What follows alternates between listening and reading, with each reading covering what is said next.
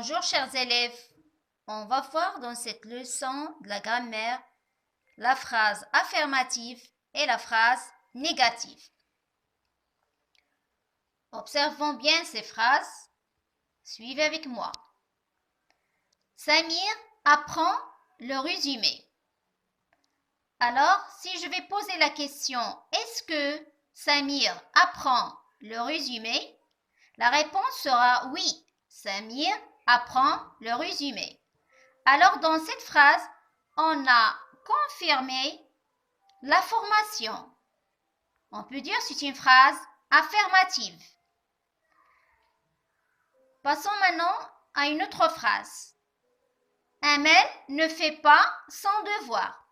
La même chose. Je vais poser la question qui commence par est-ce que Amel fait son devoir? La réponse sera non. Amel ne fait pas son devoir. Alors, si la phrase contient ne pas et ne pas parmi les marques de la négation, si on va poser la question est-ce que, toujours la réponse sera non. Par contre, la phrase qui ne contient pas les marques de la négation, comme Samir apprend le résumé, si je vais poser la question qui commence par est-ce que, toujours la réponse sera oui. Ça veut dire je confirme l'information ou bien le renseignement. Alors, on peut dire ne plus le verbe et pas. Ce sont ne pas parmi les marques de la négation qu'on les utilise pour nier renseignement ou la formation.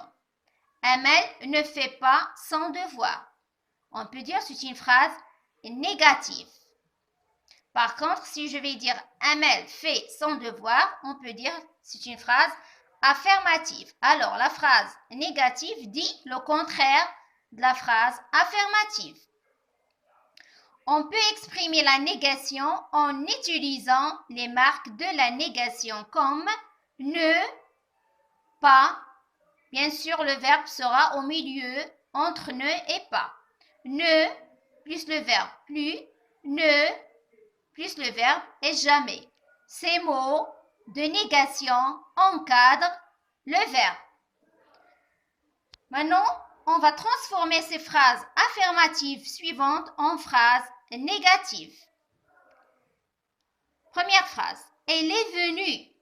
Alors, elle est venue, c'est une phrase affirmative. On va la transformer d'une phrase affirmative à une phrase négative. On va dire elle n'est pas venue. Ça veut dire on a ajouté ne et pas. Et bien sûr, ne pas encadre le verbe et, c'est le verbe être conjugué troisième personne du singulier. Nous visiterons encore Paris. Alors, c'est une phrase affirmative. Si on va transformer cette phrase affirmative en phrase négative, on va dire nous ne visiterons plus Paris. Toujours la négation de encore si on veut transformer la phrase affirmative qui contient encore, on va la transformer en ajoutant plus. Passons maintenant aux troisième phrase. Il disait toujours la vérité. Alors, si je vais transformer la phrase affirmative qui contient toujours, je vais la remplacer par jamais. On peut dire il ne disait jamais la vérité. Autre phrase, tu as encore du temps pour faire votre devoir. On va la transformer à une phrase négative. On va dire tu n'as plus du temps pour faire votre devoir. Alors, on va faire un exercice. Par la suite, je m'entraîne. La question indique si ces phrases sont affirmatives ou négatives. Ça veut dire je vais écrire devant chaque phrase est-ce que c'est une phrase affirmative ou bien une phrase négative. Première phrase. Nous aurons de bonnes nouvelles bientôt.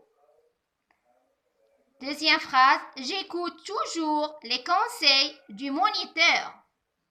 Troisième phrase, mon grand-père ne boit jamais du thé à cette heure-là. Et la dernière phrase, il n'y a plus de la place pour ranger nos vêtements dans les valises.